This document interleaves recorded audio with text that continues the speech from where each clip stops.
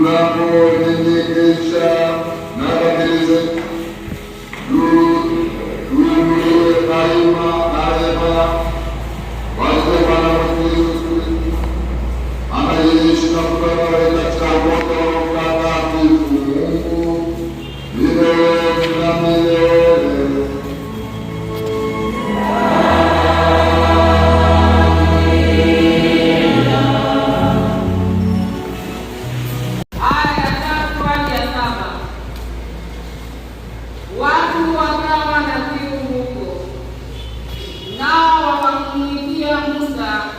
Wakasema, mbona ulipandisha kutoka Misri kutuua sisi na watoto wetu na wanyama wetu kwa kiu? Musa akamlilia Bwana akisema, niwatendee nini watu hawa? Bado kidogo nao watanipiga kwa mawe. Bwana akamwambia Musa, pita mbele ya watu ukawachukua baadhi ya wazee wa Israeli pamoja nawe na ile fimbo yako ambayo ulipiga mto kwayo, uitwae mkononi mwako ukaende. Tazama, itasimama mbele yako huko juu ya lile jabali katika Horebu, naye akalipiga jabali na maji yatatoka, watu wapate kunywa. Musa akafanya hivyo mbele ya wazee wa Israeli, akapaita mahali pale jina lake Masa na Meriba, kwa sababu ya matendo ya wana wa Israeli na kwa sababu walimjaribu Bwana wakisema, je, Bwana yu kati yenu au sivyo? Neno la Bwana.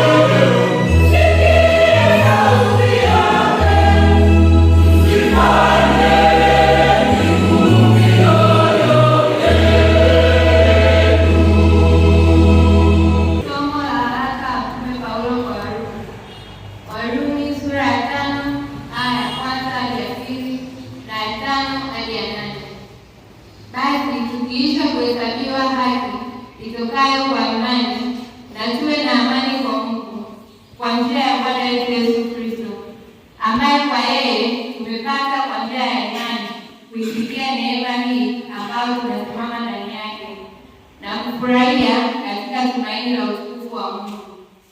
Na tumaini halitayarishi, kwa maana pendo la Mungu limekwisha kumiminwa katika mioyo yetu na Roho Mtakatifu tuliyepewa sisi.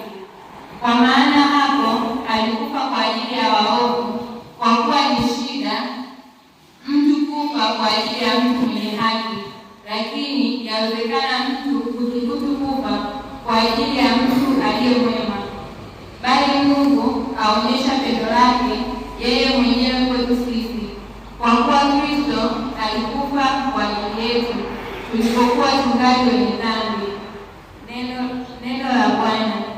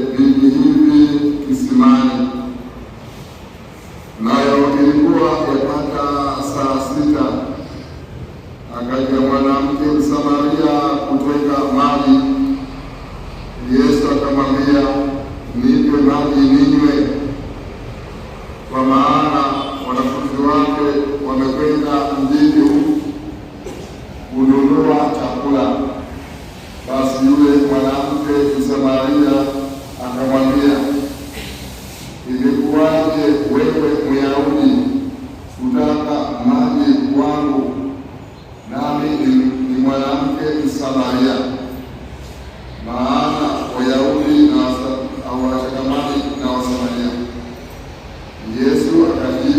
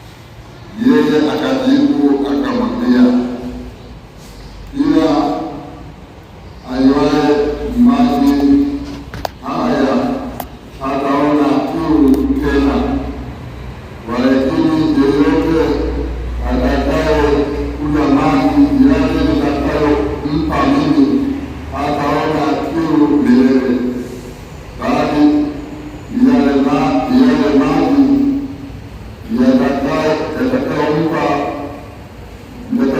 itakuwa ndani yake chemchemi ya maji yakibubujika uzima wa milele. Yule mwanamke akamwambia, Bwana, naona ya kuwa huu nabii baba zetu waliabudu katika mlima huu, nani kusema ya kwamba huko Yerusalemu ni mahali patupasapo kuabudia.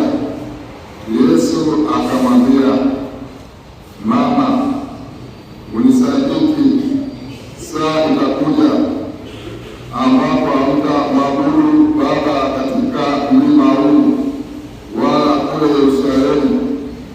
Ninyi mnaabudu msichokijua, sisi huabudu tukijuacho, kwa kuwa wokovu watoka kwa Wayahudi. Lakini saa itakuja, nayo saa ipo, ambapo waabudio halisi watamwabudu Baba katika roho na kweli, kwa maana Baba atafutia watu kama hao wanaomwabudu. Mungu ni roho, nao waabudio yeye imewapasa kumwabudu katika roho na kweli. Yule mwanamke akamwambia, najua ya kuwa yuaja Masihi aitwaye Kristo, naye atakapokuja yeye atatufunulia mambo yote.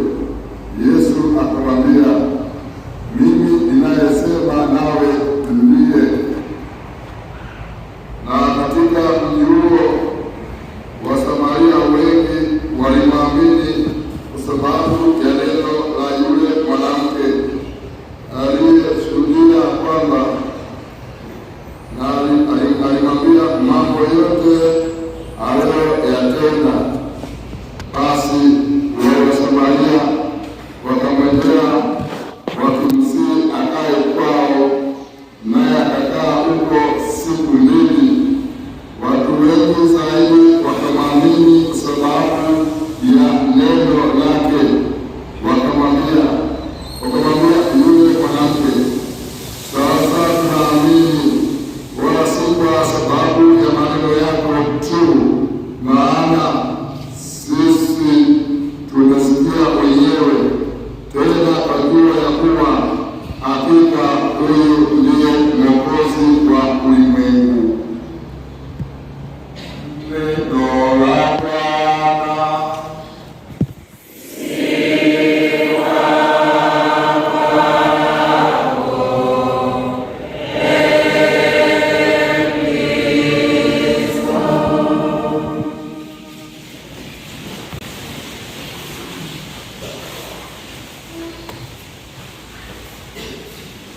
Ndugu zangu, tumsifu Yesu Kristo.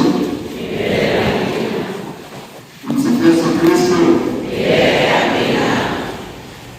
Dominika ya tatu ya Kwaresima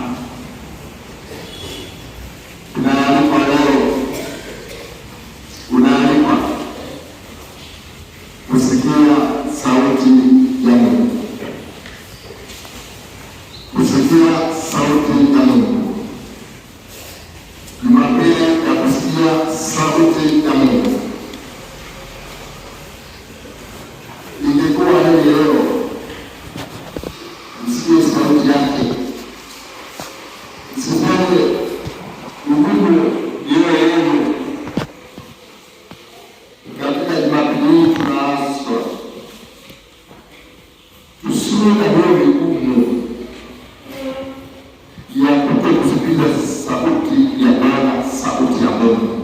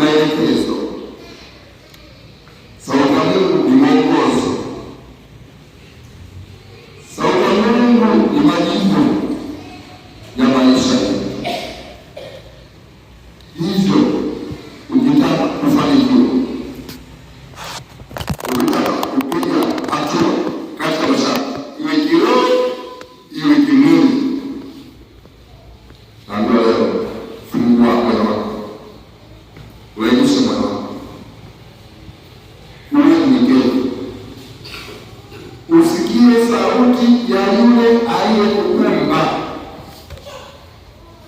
aliyekuumba duniani, yaani Mungu Bwana.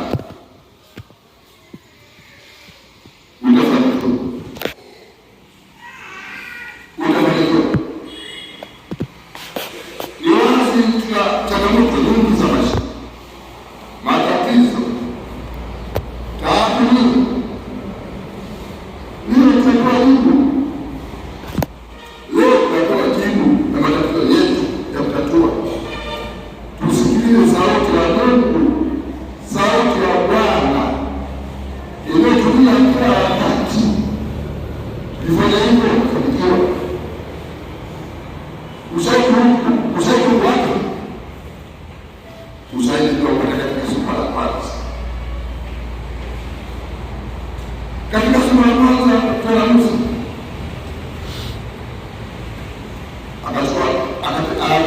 akawatoa Israeli kutoka kwa Misri, safari ya siku nyingi. Anawaongoza nchi ya Ai, nchini kwao. Safari ndefu yenye kila aina, kila shida, kila taabu, changamoto. Inafika wakati Waisraeli wanaanza kupima walipotoka na kwenda. Ingawa wanaijua kwamba kufika nchi yake kupata asali na maziwa na nyama, wanaona wanachelewa na wanapata shida njiani. Ndipo wanapoanza kumwona Musa afanye kitu hivi. Musa afanye kitu hivi. Umetoa kule kitunguu kuja kwa impesa. Musa, wewe unataka kule Misri utungani.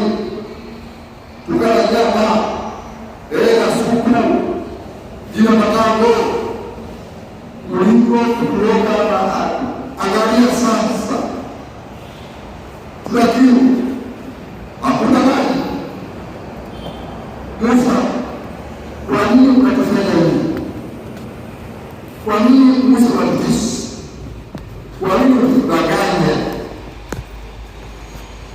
Musa, chakufanya alikuwa watu wamekuja tu wanakumpiga mawe na kupewa. Musa anasikia sauti ya Mungu inayomwelekeza nini cha kufanya. Angalia, katika hiyo ngumu amekuwa njia hapana afanye nini. Watu wanalia, wamekasirika. Unajua kukasirika? Unajua kukasirika?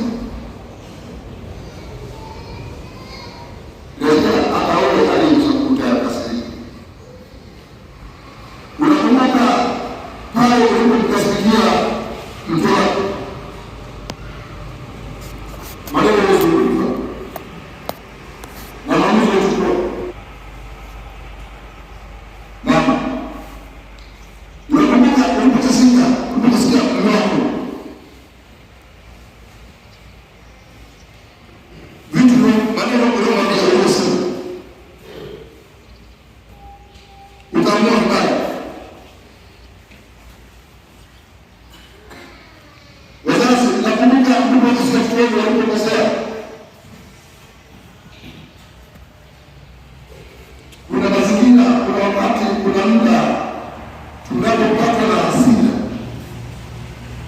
tunafanya mambo ya ajabu, tunasema mambo ya ajabu, tunaamua mambo ya ajabu, hasira na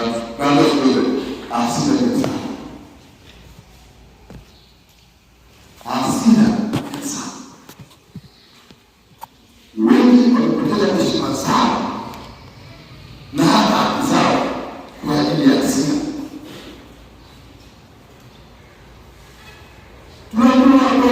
Unapokuwa na hasira usiongee. Unapokuwa na hasira usiamue. Unapokuwa na hasira usichukue maamuzi yoyote, kwa kuwa hasira inakupotezea mwelekeo wako, akili zako na Mungu wako, ufahamu wako.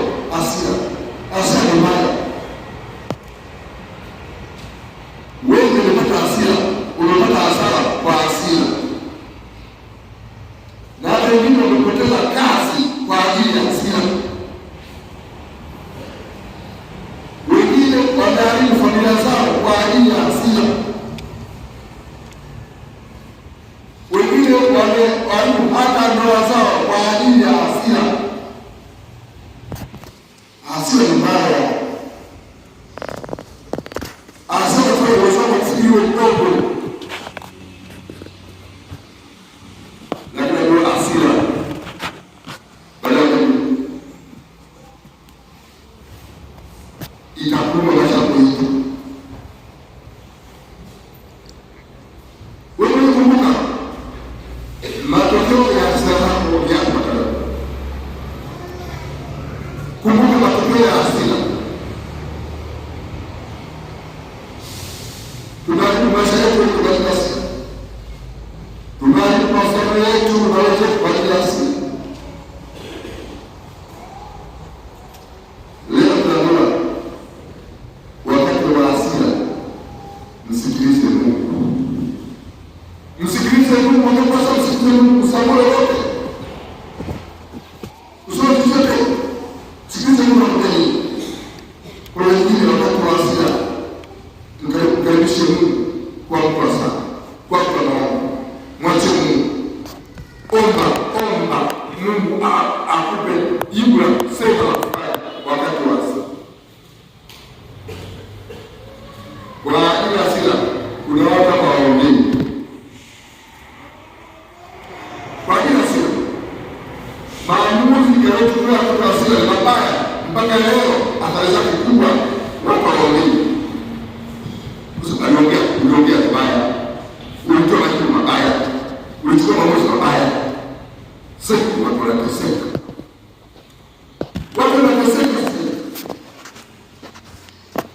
Na kila wakati hiyo mlipasa kujifanyia kwenye ndoa.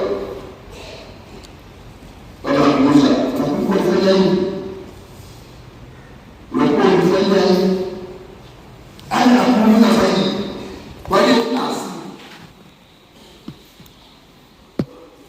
Leo chakula mwongozi. Leo tunaelekeza. Jibu la hasira ni kwa unyenyekevu, kusikia sauti ya Mungu. Na ndio maana Musa anasikia sauti ya Mungu kumwambia Musa atulia. Musa tulia. Hilo ni jambo la kawaida. Hilo ni jambo dogo. Hilo wako lipo. Nilikuongoza, nilikutuma, nilipo pamoja nawe. Watafute wazee katika sehemu uwe nao. Alafu utaweza kufanya kabisa jiwe, chukua fimbo yako, piga jiwe, maji yanatoka, watakunywa, safari inaendelea. Na nimekuwa anasikia sauti ya Mungu. Sauti ya Bwana ikimwelekeza Musa, usogope, Musa tulia. Chukua fimbo, chukua fimbo. Nenda kapige jiwe jamani. Maji yatoke, watu watakuwa. Mwenyezi Mungu. Yaani na Musa anatisa wewe. Anapiga hiyo maji yanatoka mbele, wanakunywa. Safari inaendelea. Tumsifu Yesu Kristo.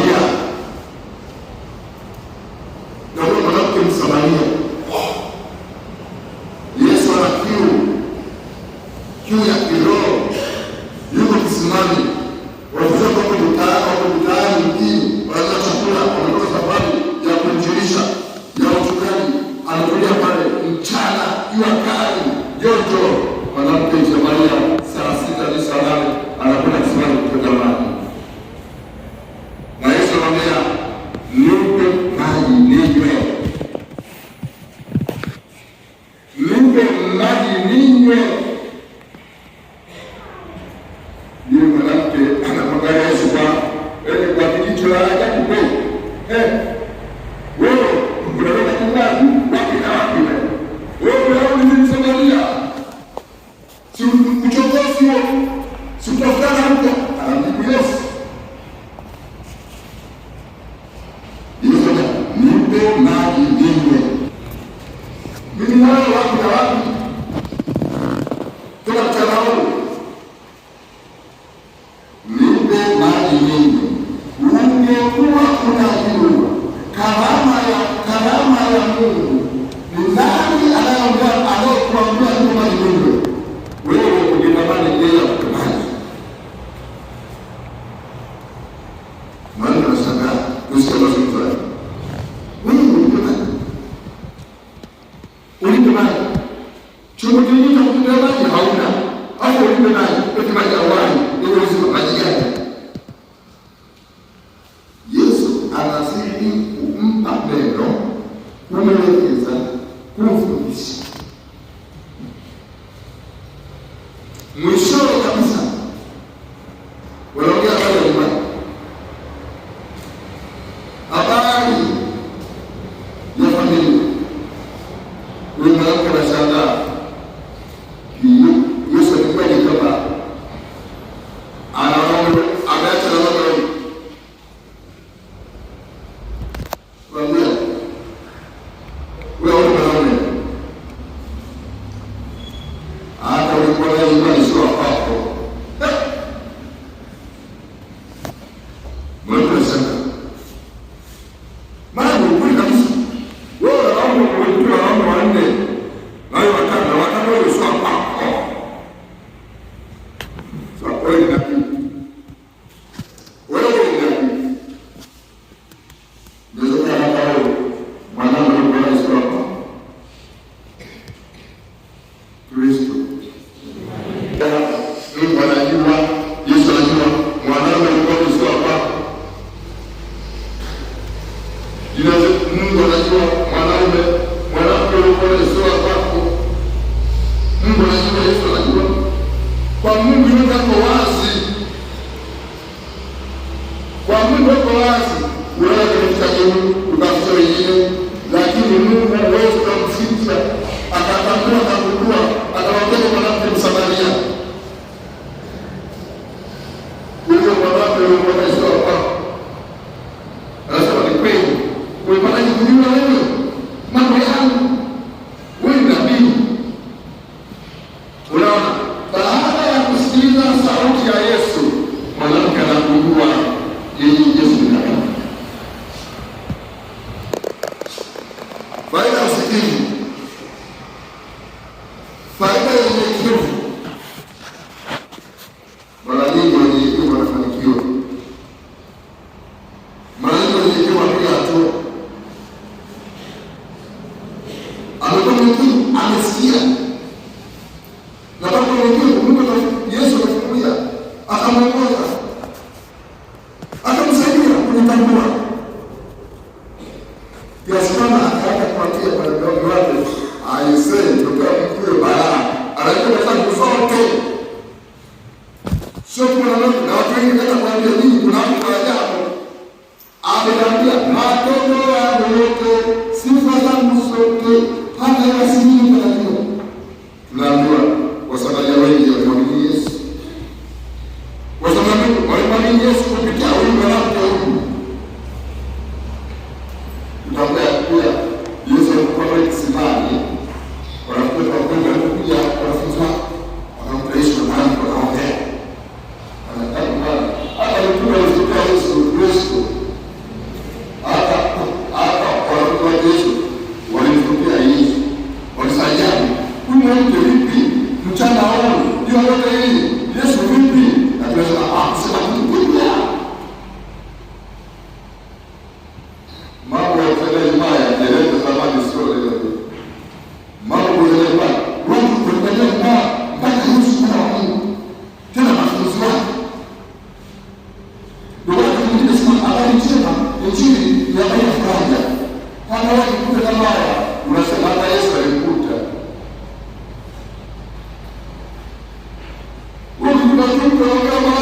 Wewe basi akili zimezama.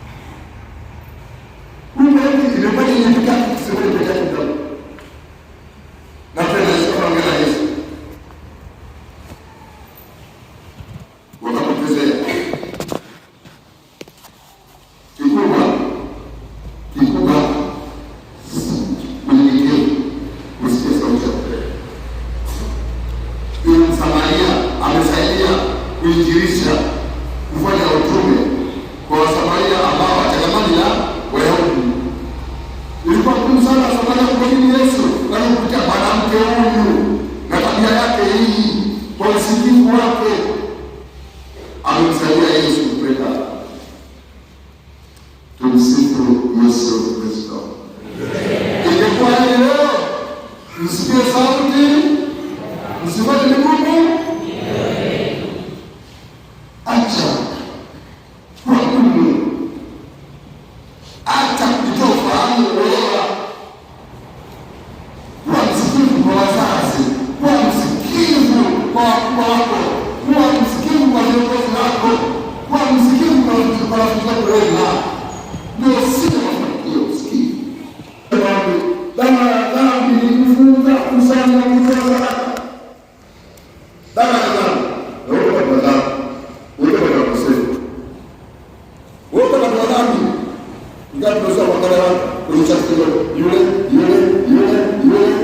wewe mwenyewe ni mdhambi, kwa lazima kujinyosha wewe mwenyewe ni mdhambi, ni mkosefu. Na dawa yake ya dhambi ni kufunga, kusali na kutoa sadaka. Kuna wengine wanafunga kwanza waelewi kwanza nini kufunga,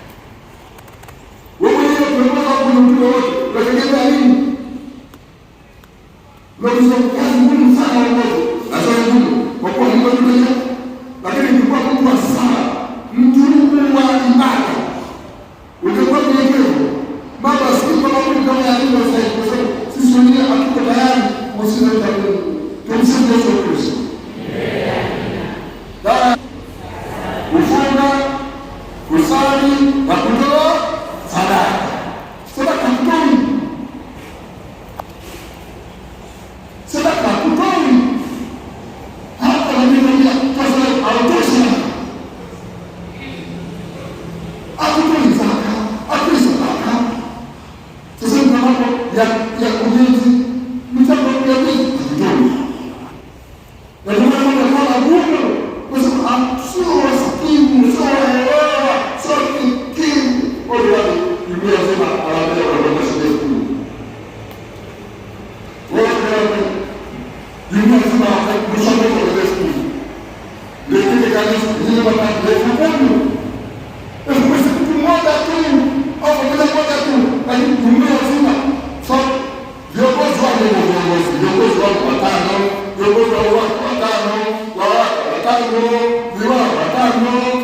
lakini unawekea 10, 12, 14.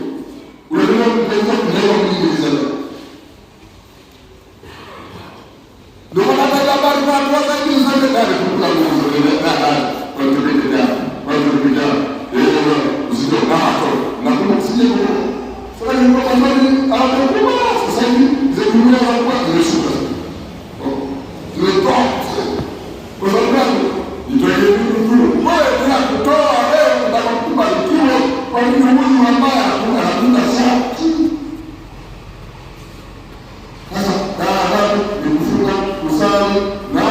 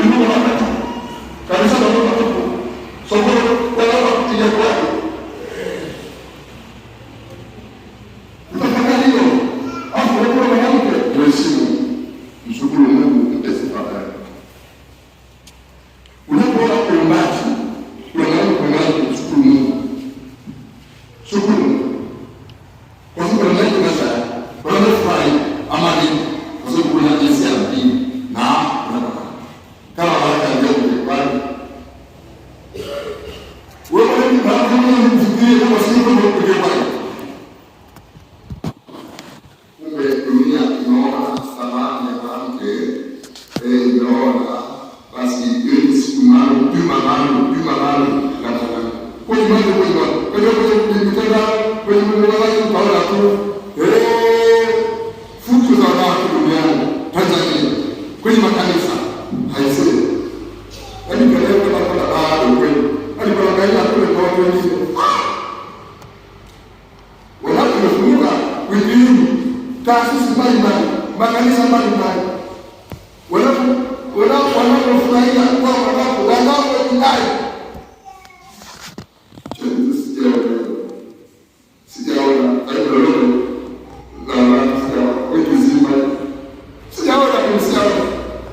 Sijaona nguvu zao katika hili. Siona utani wanawake wapakijipando sekta wajadili hata leo. Sio vile. Leo ni siku mwanamke duniani. Kufanya jana hivi juzi wiki nzima. Wanamsifu Mungu kupita mwanamke. Na sina pala kumsifu Mungu kupita mwanamke. Hakika tunashukuru Mungu kwa zawadi ya mwanamke duniani. Sifa na kufa Mungu, tumshangilie Mungu kwa zawadi ya mwanamke.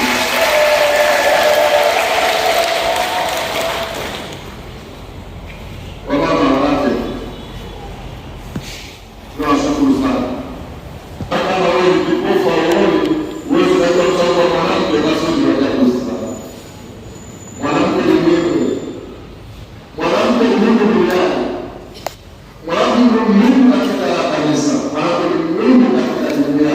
Mwanamke ni muhimu katika familia. Mwanamke ni mlezi wa familia. Ndio mwanamke mkuu. Hapa tuko tunazungumza hapa leo. Sehemu kubwa inachukua mwanamke na mama.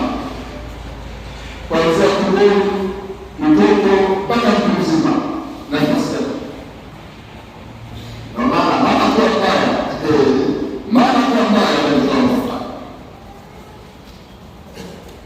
sasa hivi kuna malalamiko makubwa sana. Watoto si wasikivu, si akili sana. Nani kisababisha?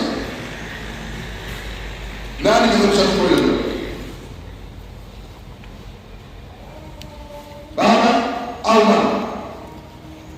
Imepata mtu lazima tusiwe sikivu, sio hiyo.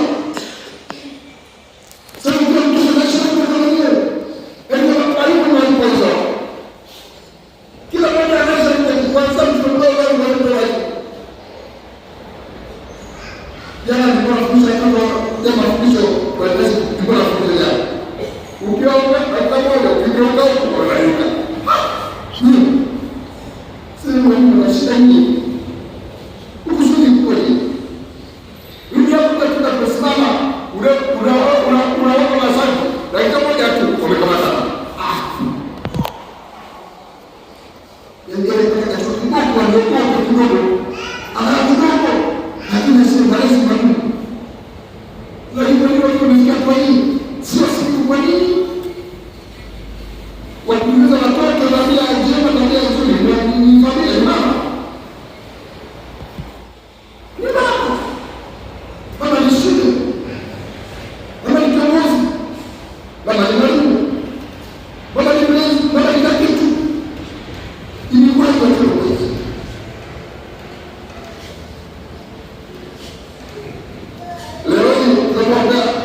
Mungu ya mama duniani ndani ya kanisa. Lakini pia tuwaombea kina mama watimize wajibu wao. Watimize wajibu wao. Mama wapende watoto. Kumekuwa na wingi wa wanawake kuelekeza watoto. Mtoto anaisha katika mwenyewe. Mtoto mkubwa. Na wazazi hasa mama tupo huruma iliyopitiliza,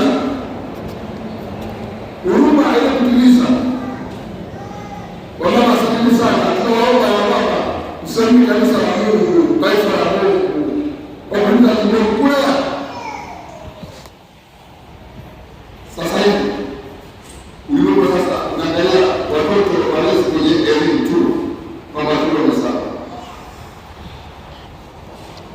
sasa hivi tumeelekeza nguvu zetu kwenye elimu. Sawa, ni wajibu mtu lazima asome, ndio ulizi mzuri sana wa elimu. Lakini upendo wa mtu sawa, kwamba mtoto wako elimu na roho, anataka malezi ya roho, anahitaji Mungu, ulizi wa Mungu. Sasa wazazi wengi sasa hivi na hasa kina mama wameelekeza nguvu zao kwenye elimu.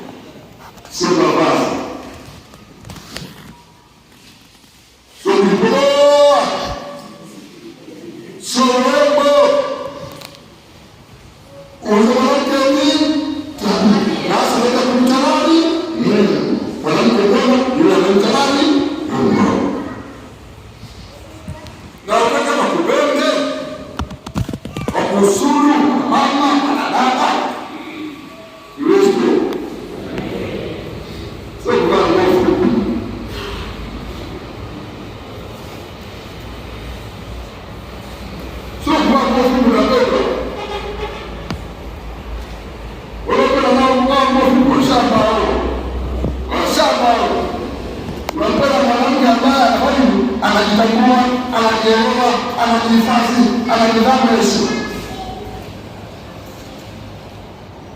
Wewe unaona Mungu, ndio ya kushangaa.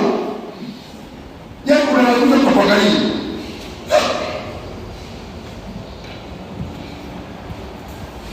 Dhambi hupi. Baba mpasua. Mpasua kwenda shule.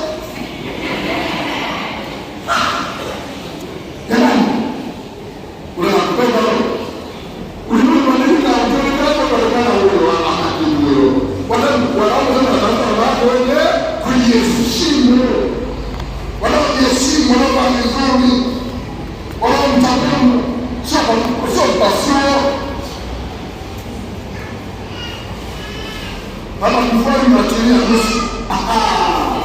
Hapo matilia nusu. Mtindo wa kale.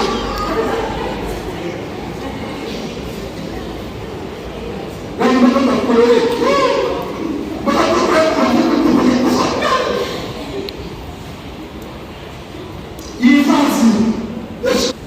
Heshima kuonekana jinsi tabia yako ndio kunaona mbaya. Unafundisha. Ulibadilisha nguo. Tumevaa mwenyewe. Piga goli. Ndio bwana. Piga goli sasa. Unasema wewe. Naomba tukutane akuangalia mama wewe. Mungu kusaidia kwa. Ulipotania ulimwachia. Kristo. Baba, ndio bwana ndio watu wanayekula kuna kulala kuna nini sisi kwa nini tunataka. Na hiyo ndio wapenda watu tumsifu Yesu Kristo.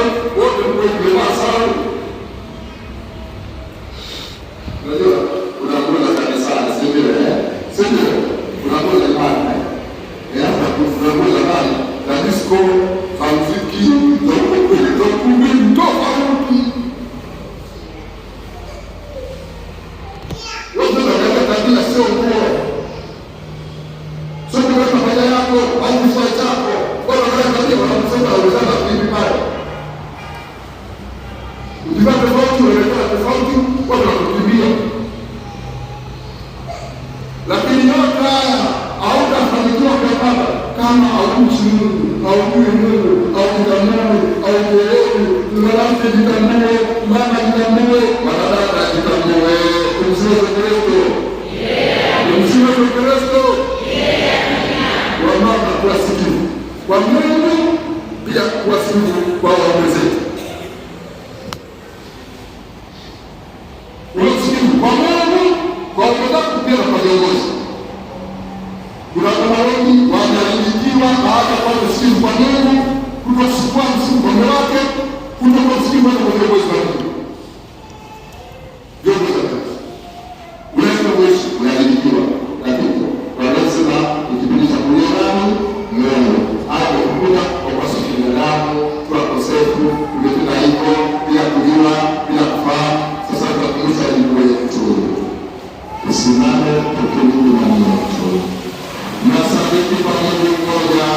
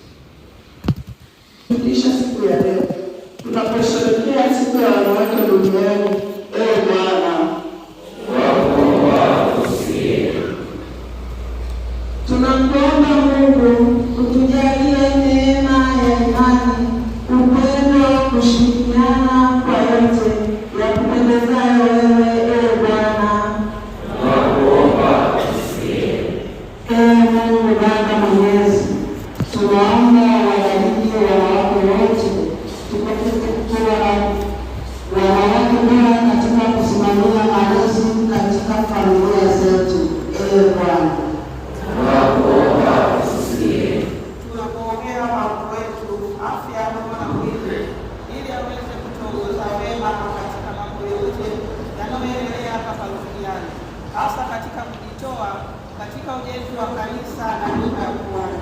Ee Bwana,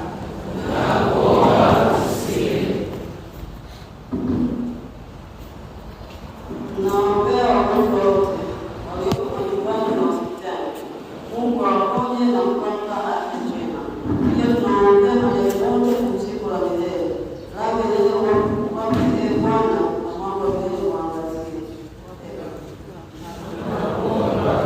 Tunaomba hayo kwa njia ya Kristo Bwana wetu. Amina.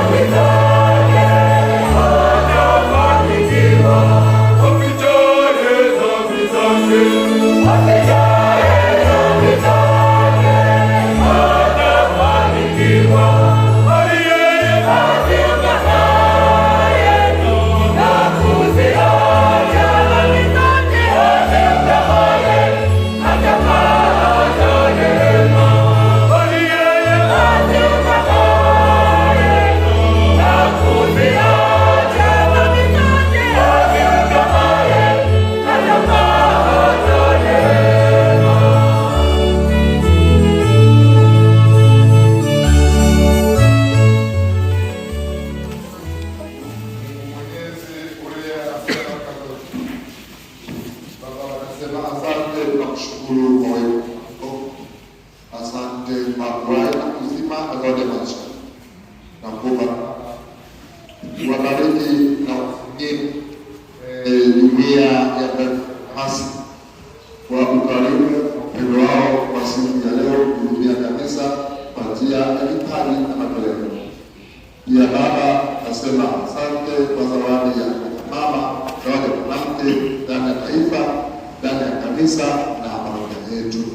Baba, angalia wanao mama leo umekuja kutoa wako kwa njia ya kipaji na matoleo kwa sadaka kuonyesha ukarimu. Nakuomba Baba, uzidi kuwabariki, kuwasimamia, kuwaongoza, kuwaepusha na kila baya, kila ovu wa mama hawa, ukabariki kazi zao, ukabariki afya zao, mipango yao, lakini pia ukabariki na familia zao. Mwenyezi bariki Baba na Roho Mtakatifu.